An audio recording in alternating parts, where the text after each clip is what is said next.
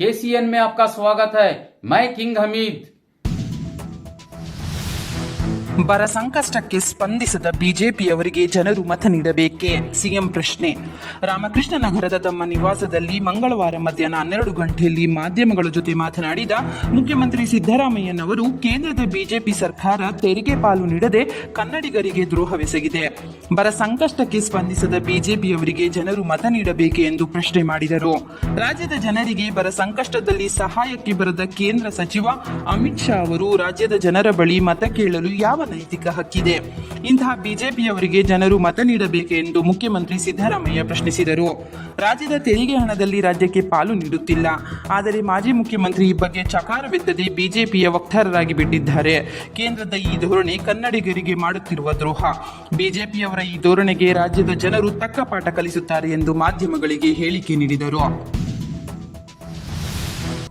ಕರ್ನಾಟಕದ ಜನರು ಯಾವ ಮಾರಲ್ ರೈಟ್ ಇವರು ಯಾರು ನಮ್ಮ HDK ಕುಮಾರಸ್ವಾಮಿ ಕೊಡಿಸ್ಬಿಟ್ಟು ಬರ್ರಿ ಅಂತ ಹೇಳ್ಬೇಕು ಬೇಡ, ಪರಿಹಾರ ಕೊಟ್ಬಿಟ್ಟು ಬರ್ರಿ ಅಂತ ಹೇಳ್ಬೇಕು ಬೇಡ. ಪರಿಹಾರ ಕೊಟ್ಟಿದ್ದಾರೇನ್ರಿ? ಅಮಿತ್ ಶಾನೇ ಚೇರ್ಮನ್, ಅದಕ್ಕೆ ಮೇಕೆದಾಟುಗೆ ಪರ್ಮಿಷನ್ ಕೊಟ್ಟಿದಾರ? ಬಾದಾಯಿಗೆ ಎನ್ವೈರನ್ಮೆಂಟ್ ಕ್ಲಿಯರೆನ್ಸ್ ಮಾಡಿದಾರ?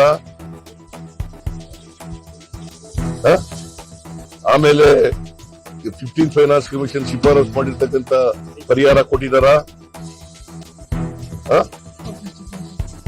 ಅಪ್ಪರ್ ಭದ್ರಾ ಪ್ರಾಜೆಕ್ಟ್ಗೆ 5300 ಕೋಟಿ ಕೊಡ್ತೀವಿ ಅಂತ ಕೊಟ್ಟಿದಾರ? ಯಾಕೆ ಓಟ್ ಕೊಡ್ಬೇಕು ಅವ್ರಿಗೆ? ಅಮಿತ್ ಶಾ ಆಕ್ಚುಲಿ ಅವ್ರಿಗೆ he has no moral right.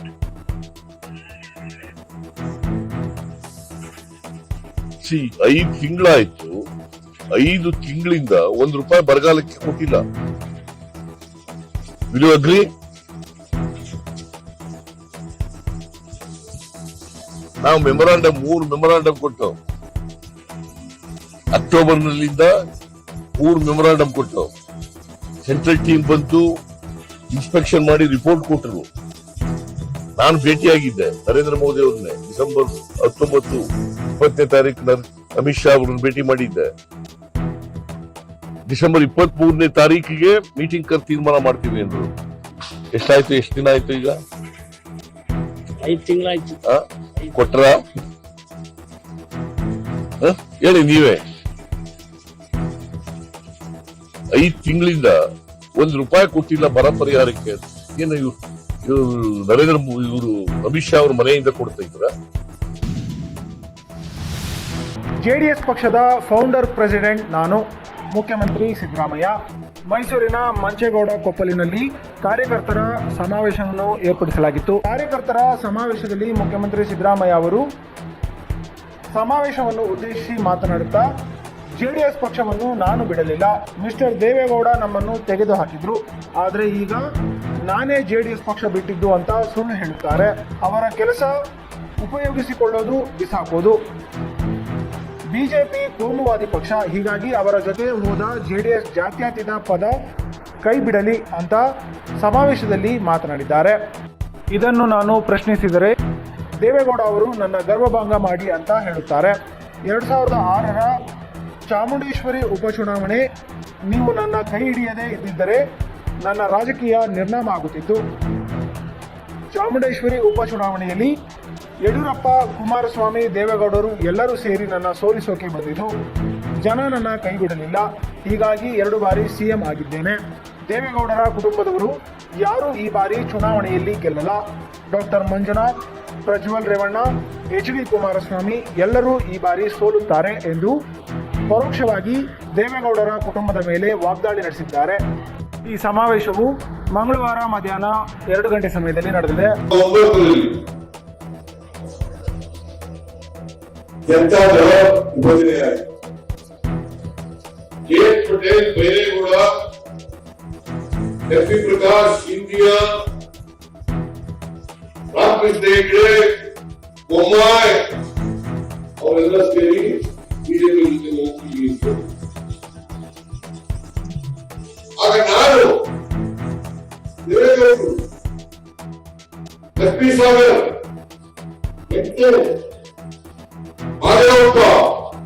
B.R. Patil, Krishnamurthy, Somashekar,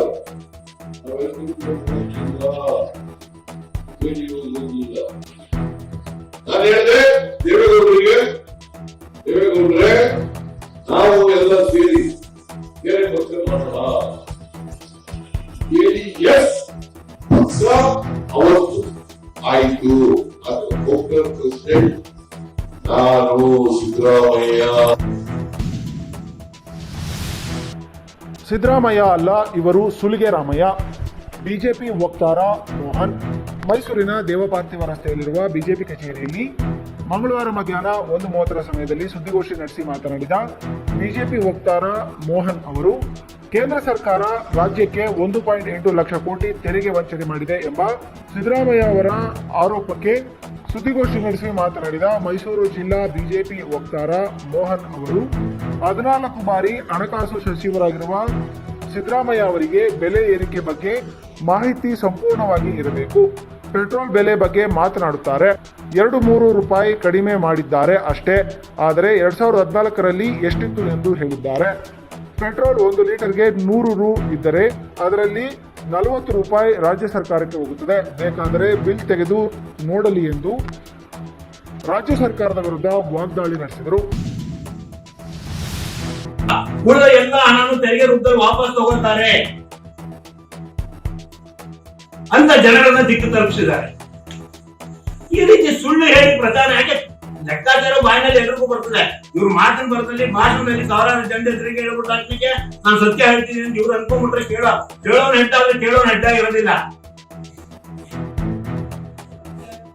ಕೇಂದ್ರ ಸರ್ಕಾರ ಬರೀ ನಮ್ಮ ರಾಜ್ಯಕ್ಕೆ ಮಾತ್ರ ಕೊಡ್ತಾ ಇಲ್ಲ ಪ್ರೈಮ್ ಮಿನಿಸ್ಟರ್ ಆವಾಸ್ ಯೋಜನೆನ, ಇಡೀ ದೇಶಾದ್ಯಂತ ಪ್ರತಿ ರಾಜ್ಯಕ್ಕೂ ಕೊಡ್ತಾ ಇದೆ.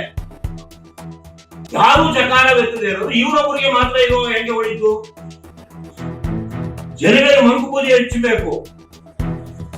ನಾನೊಬ್ನೇ ಹರಿಶ್ಚಂದ್ರ, ನಾನೆಲ್ಲೂ ಸತ್ಯ ಹೇಳ್ತಿದ್ದೀನಿ ಅಂತ ಅದು ಯಾವುದೂ ಆಗಿಲ್ಲ ಅನ್ನೋದಕ್ಕೆ ನಿಮ್ಗೆ 2-3 ನಿದರ್ಶನಗಳನ್ನ ನಿಮಗೆ ಕೊಡ್ತಾ ಇದ್ದೀನಿ.